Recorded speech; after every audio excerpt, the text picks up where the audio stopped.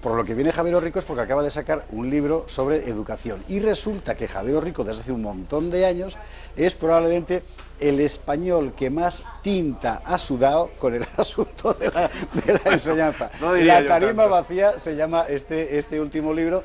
Y a mí, cuando dijo que lo presentaba aquí, digo, tiene que venir. Primero, porque es un tipo fenomenal. Y segundo, porque el de la educación es el típico asunto que todo el mundo dice que le preocupa, pero que cada vez que se plantea la gente apaga el televisor. Es así, ¿eh? Es muy tremendo. Bueno, lo que ocurre es que en lugar de hacer debates técnicos que los ciudadanos no entienden, debería de hablarse de una manera clara y periodística, en este caso, que es lo que yo he intentado explicar en la primera parte del libro, cuáles han sido las leyes, en qué ha consistido esas leyes, por qué es mentira que hayamos cambiado de sistema educativo tantas veces en los últimos 30 años. Sí, señor. No, Hasta señor. los políticos lo dicen, pero ellos saben de sobra que es mentira. Ah, no, los políticos no saben nada. Ah, no, es que tú crees que los políticos lo saben. Los políticos se lo creen. Los políticos se creen todo lo que les presenta cualquier bandarra que se presenta bajo la aureola de experto, que suelen ser los psicopedagogos, los psicólogos, todos estos. Sobre todo las sectas. Entonces, los políticos son los que se creen todo eso, pero es mentira. Nosotros tenemos un sistema educativo desde el año 90 que se llamó la LOCSE y que ha ido siendo reestilizado como los coches, pero es esencialmente el mismo desde hace 27 años. Y las consecuencias de ese sistema son las que estamos sufriendo. Usted acaba de oír psicopedagogos y ha dicho, voy a apagar la tele. No lo haga. No. Porque en ese término se encierra buena parte de la catástrofe de la enseñanza en España y, por cierto, ahora también en Francia, pero particularmente en España. Sí. ¿Qué es un psicopedagogo? Bueno, un psicopedagogo se supone que es un experto en enseñanza, pero que no la ejerce. Porque lo que hace es decirle al que sí sabe cómo enseñar, que es el que enseña, cómo tiene que hacer las cosas. Entonces, normalmente son teóricos, en algunos casos, didactas de la universidad que no conocen lo que es la enseñanza media, ni han estado jamás en una clase con alumnos de 15 años y que sin embargo se permiten el lujo de dictar cómo se deben hacer las cosas a quienes realmente conocen el trabajo. El problema del sistema educativo español es que jamás se ha consultado con los profesores, se ha consultado en todo caso con los sindicatos, que no son los que representan a los profesores, de hecho son los que defienden intereses muy concretos. Ya, de carácter ideológico o... No. De carácter, sobre todo de carácter ideológico, y que se dejaban, es decir, en el momento en que se satisfacía a las clientelas, porque es el problema del clientelismo en España, que es un problema extendidísimo, yo diría que es casi la razón esencial de nuestros males, y en concreto, y lo trato en el libro, la desaparición del mérito. El principio de mérito no existe ya en España prácticamente en casi nada. Vamos a empezar por el principio. ¿Cómo llegan los psicopedagogos a caer sobre la educación en España? A partir de la LOCSE. La LOCSE establece que a los grupos de psicopedagogos que ya había para orientar y asesorar en la enseñanza primaria, pues lo que se llaman grupos operativos para varios colegios, tenía que haber un psicopedagogo en todos los institutos de enseñanza media. ¿Por qué? Pues porque a partir de la LOCSE ya la enseñanza no es para enseñar, sino para realizar ingeniería social. A partir del momento en que se obliga a todos los muchachos a ir juntos por el mismo camino hasta los 16 años, las clases se hacen imposibles de manejar y entonces la solución que aportan es que haya un psicopedagogo que enseñe a los profesores a manejar lo inmanejable. Y a partir de ese instante ellos se convierten. Los psicopedagogos de a pie no son más que piezas que una cabeza pensantes sí que mueven. Para gente fantástica, por otro lado, en fin, pero ¿para qué? ¿Para qué se les manda? Se les manda para cambiar la mentalidad, sobre todo, de los profesores de enseñanza media, que seguíamos creyendo que nuestra función era enseñar y transmitir los conocimientos que hemos heredado. Es decir, que nuestra responsabilidad era la transmisión de nuestra herencia cultural. Y entonces estos muchachos llegan inadvertidamente, porque ellos son piezas que van a jugar, para decir que no, que eso se acabó. Que de lo que se trata ahora es de integrar socialmente, de hacer una enseñanza inclusiva, de prevenir, es decir, de modelar ciudadanos y no de dejar que sea la propia herencia cultural la que haga personas libres y críticas. A partir de este momento, las materias que se enseñan, es decir, lo que se enseña, pasa a segundo plano, por así decir. Por tanto, sigue habiendo notas, pero en la práctica pasa a segundo plano, en el trabajo del docente. Si tú quieres mantener a todo el mundo junto hasta los 16 años, no puedes suspender. Claro, efectivamente. Porque si los suspendes se te quedan detrás. Eso es. Entonces, a partir de ese instante, toda la enseñanza, toda la maquinaria se dirigió a que fuera lo más difícil posible suspender. Y empezaron los ataques teóricos al profesor que suspendía. Empezaron a venir los dictámenes que decían que repetir es malo. O sea, no va a ser malo repetir que una criatura que no sabe resolver una ecuación pueda pasar a un curso superior sin la base fundamental que tiene. ¿Qué ha pasado? Pues como en los atascos que se va formando, como en la puerta de entrada a la Plaza de Toros de Navarra cuando se atasca un toro. Vale. Eso es lo que va pasando. Entendido. Que los alumnos se atascan ahí y ya no hay manera. Y ya no hay manera de salvarlo. Por eso hemos llegado a tener 30 y tantos % de abandono temprano, lo que se llama abandono temprano, y es que a partir de los 16 años no siguen estudiando, porque se considera, no son personas a las que se ha forjado para que tengan curiosidad, amor por el saber y fe en sí mismos, que es lo más grave, que llegan a esa edad de 16 años, han ido pasando por imperativo legal, porque así se dice, van pasando por imperativo legal, y cuando llegan a los 16 años se encuentran que no tienen formación, no tienen autoestima para enfrentarse a la vida y por tanto carecen de la capacidad de ser arrojados y ser emprendedores con su propia vida. A partir de este momento lo que nos encontramos es con una promoción detrás de otra de muchachos que llegan a la vida colectiva, salen de la burbuja docente, llegan a la vida general con un tipo de formación que no es la que la sociedad estaba acostumbrada a reconocer como tal. Lo que pasa es que se ha igualado por abajo. Claro. Se ha igualado por abajo. Y sin embargo, los que tienen familias, porque esto es lo más grave, es decir, este es un sistema, lo digo por lo que es un sistema profundamente reaccionario. ¿Por qué? Porque en los que repercute de peor manera es en los más humildes. Es que ahí es donde iba yo precisamente. Quien tiene una familia detrás, culta, con libros, con posibilidades, con perspectivas, con aspiraciones, ese se ve reforzado y empujado por el marco en el que vive, pero el que no tiene eso y antes solo tenía la enseñanza pública como medio de promoción, ahora ya no lo tiene, porque ya la enseñanza no consigue compensar. La enseñanza compensatoria, educación, no, precisamente una enseñanza rigurosa y exigente permite igualar al de abajo con el de arriba, porque como yo digo ahora que las han quitado, en la reválida todos somos iguales. Si hubiera reválida de verdad, y no la pantomima que primero diseñaron y que ahora han liquidado, si hubiera reválida de verdad, en la reválida de verdad todo el mundo es igual, ahí no hay cuna, ahí no hay más que conocimiento. Hace 50 años en España la educación pública era un sistema de selección social. Sí, señor. Que permitía, además muy igualitario, claro, de partida. Luego, efectivamente de partida. Claro.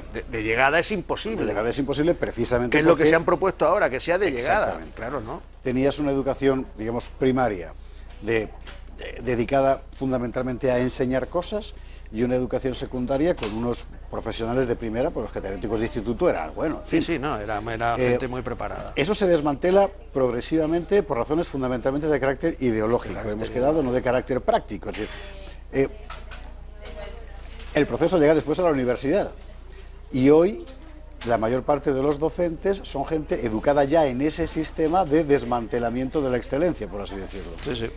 Esa es la tragedia. La tragedia es que hemos perdido la noción clara de que la enseñanza es para mantener y transmitir nuestra herencia cultural. Y a lo que asistimos, y yo lo llamo así en el libro, es a la demolición del proyecto ilustrado. El proyecto ilustrado era el que decía que a través de la cultura y el conocimiento los hombres serían mejores y las sociedades serían mejores. Y como hemos destruido el conocimiento como el eje central de lo que debe ser un sistema de enseñanza, lo que hemos conseguido es que en efecto casi nadie sepa ya nada. Y que para cualquier joven de hoy, 10 años atrás, es no el pasado, sino la prehistoria. Por eso se han roto los lazos históricos, se ha roto la noción de pertenencia a una determinada nación, se han roto muchas cosas porque lo que se ha roto es el hilo conductor, el transmisor de esa herencia cultural que ya no transmitimos, que el sistema ya no transmite. Vamos a hacer un doble tirabuzón. ¿Por qué? Cada vez más gente es consciente de esto. Cada vez es más evidente que los docentes están unánimemente mal. todos se quejan. Siempre se han quejado mucho. Bueno, perdón, siempre no. Ahora más que nunca. No, siempre. Ahora más que nunca. Y la queja se extiende hasta unos niveles de profundidad formidables con problemas médicos incluso muy frecuentes. Sí, es la mayor cantidad de bajas que hay en la enseñanza media, que es la más castigada. Sí. La que ahora se llama secundaria, que yo creo que casi para quitarle importancia. La enseñanza media es bajas por depresión. Los padres, todos, son conscientes de que esto es una locura. Pasan más tiempo los niños en casa estudiando que en el colegio. Bien. Y en cuanto a la salida al mercado laboral, el conjunto de la sociedad también es consciente de que hay unas lagunas de formación formidables. Y esto viene siendo así sistemáticamente en los últimos 20 años. No, más, casi 30 ya. Lo asombroso es que, siendo algo perfectamente visible durante 30 años consecutivos, nadie haga nada. Bueno, no es asombroso porque se ha convertido en una batalla política. Y entonces, como todo lo que ocurre en España, es o Manolete o Belmonte. Entonces, o Manolete o Belmonte es que si estás y dices estas cosas que digo yo, es porque eres un reaccionario de tomo y lomo. Sin embargo, yo creo que los reaccionarios son precisamente quienes han diseñado este sistema, que lo defienden a muerte, a capa y espada. Es decir, es un sistema absolutamente equivocado, demostradamente equivocado, y siguen aferrados a él porque es una cuestión de dogma. Es decir, todo el mundo tiene que ir junto y todo el mundo tiene que hacer lo mismo. Y como eso es un dogma de fe, no caerán nunca de ahí. Y ese es el principal error de este sistema. Y luego, el segundo gravísimo error. A los profesores no se les puede tratar como si fueran meros peones. Es decir, si tú no tienes unos profesores bien formados, autónomos, a los que se respete la libertad de cátedra y a los que después se les exija, por supuesto, rendición de cuentas. ¿Qué es la rendición de cuentas? Mire, yo le digo, usted tiene que enseñar la historia de España, literatura española. Ya no se estudia prácticamente literatura, ¿eh? Ya. Bueno, usted tiene que estudiar historia de España. Aquí tiene usted el programa, haga usted lo que quiera. Pero yo luego le voy a hacer un examen a sus alumnos y les voy a pedir cuentas de lo que ustedes han hecho o han dejado de hacer con estos alumnos. Es decir, la prueba de su trabajo está en los resultados que obtengan sus alumnos. Aquí hacemos todo lo contrario. Y, por supuesto, respetemos los métodos de cada profesor. No, aquí se está haciendo ahora mismo, se ha convertido el profesor en una especie de funcionario asfixiado de burocracia, asfixiado completamente de burocracia, diseñado el sistema por unos tecnócratas que lo ignoran absolutamente todo sobre lo que es efectivamente enfrentarse a una clase de 35 chavales de 15 o 16 años, sin más argumentos que la propia capacidad de seducir que tú tengas, porque te han dejado sin ninguna otra arma. Por ejemplo, el suspenso, es decir, la posibilidad de trabajar con eso. Porque al alumno ya le da exactamente igual lo que tú hagas. Entonces tú lo que no puedes es... Has destruido todo lo que es esencial en un sistema de enseñanza. En un sistema de enseñanza no debería de haber más que tres cosas: el profesor, el alumno y la cultura. Y se ha llenado de actores que han querido su protagonismo, lo que hablábamos antes. Estos pedagogos de didactas de la universidad, casi todos maestros de primaria que han pasado luego a ser grandes gurús en la universidad, sin haber pasado por la enseñanza media. No han enseñado jamás en la enseñanza media, a la que le tienen una ojeriza, yo no sé por qué, una ojeriza particular. Quizá porque nosotros representábamos un poco esa transmisión de conocimientos que llevaba a la cultura quizá general. padecieron adolescencias difíciles. En fin. Pues no lo sé. El caso es que todos esos actores, políticos, burócratas, tecnócratas, inspectores, todo el mundo tiene ahora un papel, cuando el papel esencial de la enseñanza es, repito, el alumno, el profesor y la cultura, y no debería intervenir nadie más. Y luego, efectivamente, aquí se están invirtiendo unos fondos públicos y hay que dar cuenta del trabajo que se está haciendo, por supuesto. Deje usted trabajar a los profesores y exíjale rendimiento. Dos cosas.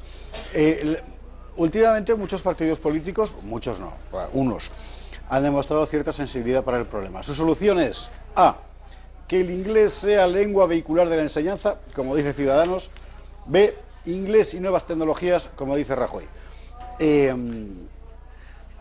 Esto es siempre la huida hacia adelante.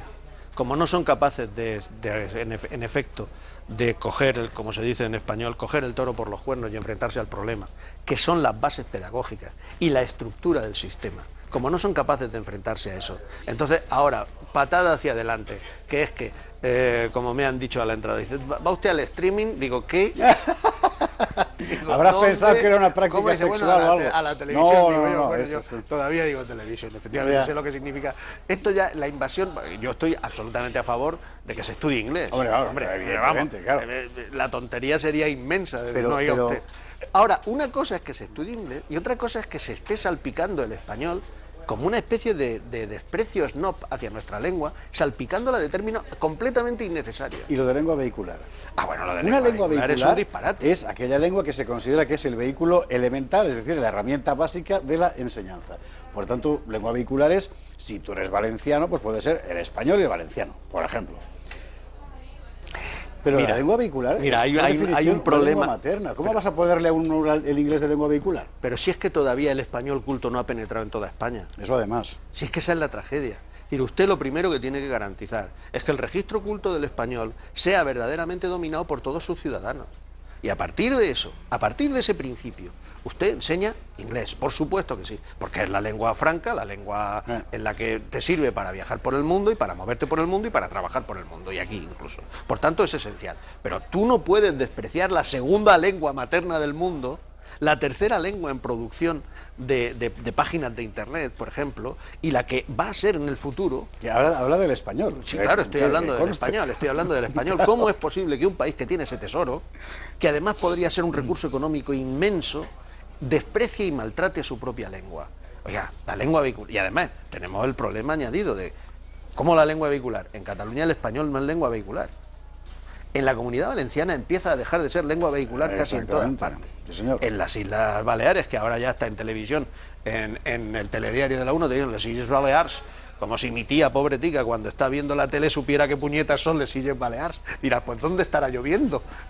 En fin, y en este plan que decía Umbral, y en este plan, y queremos meter el inglés como lengua vehicular si todavía no hemos llegado a que el español, el registro culto, en este año de Cervantes, o el que ha sido el año de Cervantes, ¿cómo es posible que estemos diciendo tanto disparate? ¿Por qué? Porque a ver, soluciones, esto es un desastre, venga, ahora metemos maquinitas. Tengo un capítulo que se llama Contra la fascinación tecnológica. Por cierto. O sea que metemos maquinitas y el inglés vehicular y ya de pronto los muchachos se iluminan. Oye, mira, esto no es tanto como pensar, desde mi punto de vista erróneamente, y creo que desde el suyo también, que la función de la educación es enseñar destrezas antes que enseñar conocimientos. Ahí has dado... Eso es. No, es así. Precisamente a partir de la LOE de Zapatero de 2006, donde se regula el nuevo sistema que se llaman las competencias, sí, que es reforzadísimo por la LONCE, porque lo curioso es que la LONCE de mayoría absoluta del Partido Popular lo único que hace es consolidar la LOE. Mantiene... Como modelo conceptual, digamos. Mantiene todo lo esencial, las pedagogías, la estructura del sistema, la noción de lo que es la educación, mantiene exactamente lo mismo. Solamente introduce mucha más burocracia a través de lo que llaman estándares y rúbricas, con lo cual asfixia todavía más el trabajo del profesor, y lo único medianamente decente que tenía la ley, que eran las famosas reválidas, a las primeras de cambio, las entregan como cabeza del Bautista a la fuerza de la oposición. Han tenido 4 años de mayoría absoluta y no han sido capaces de hacer una ley nueva que en verdad sembrara unas bases distintas. Pero lo que acabas tú de decir es la clave.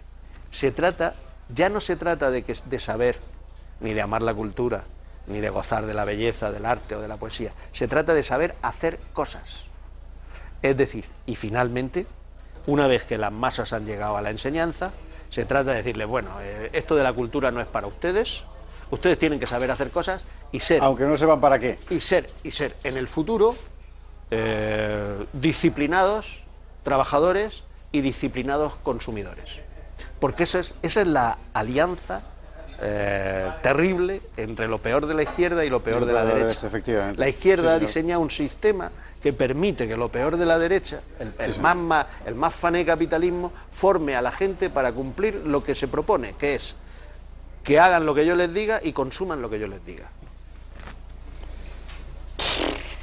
Oye, una cosa, en el resto de... No quiero ser no, muy es que es verdad, apocalíptico, es que es así, y lo terrible es que la mayor parte de la gente entiende, o mejor dicho, iba a decir una gabachada, sobreentiende que es así, pero no se lo explica con estas palabras. Así, ¿verdad que es lo mismo que usted piensa? Pues ese es el tema.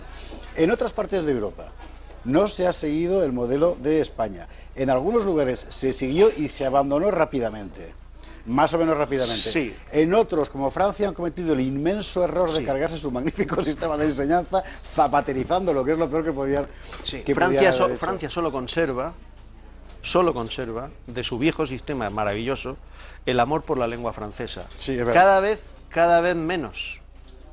Porque vas a Francia y ves la invasión angloide también brutal. Pero al menos todavía allí se empeñan en enseñar, en que sus alumnos sepan redactar bien.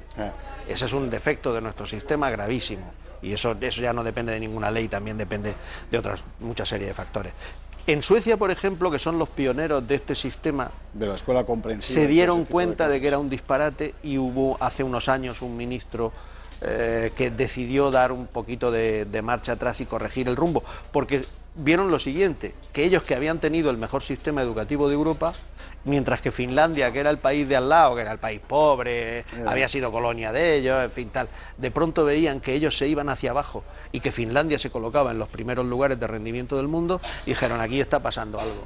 Claro, estaba pasando que su sistema era un auténtico desastre y no conseguía ni conocimiento ni competencia, porque además esto es un absurdo, oiga, para ser competente en algo tienes que saber, es decir, no puedes deslindar el conocimiento de la aplicación del conocimiento. Si esto lo hemos hecho siempre, es que nosotros no hemos estudiado matemáticas con primero la teoría y luego realización de problemas.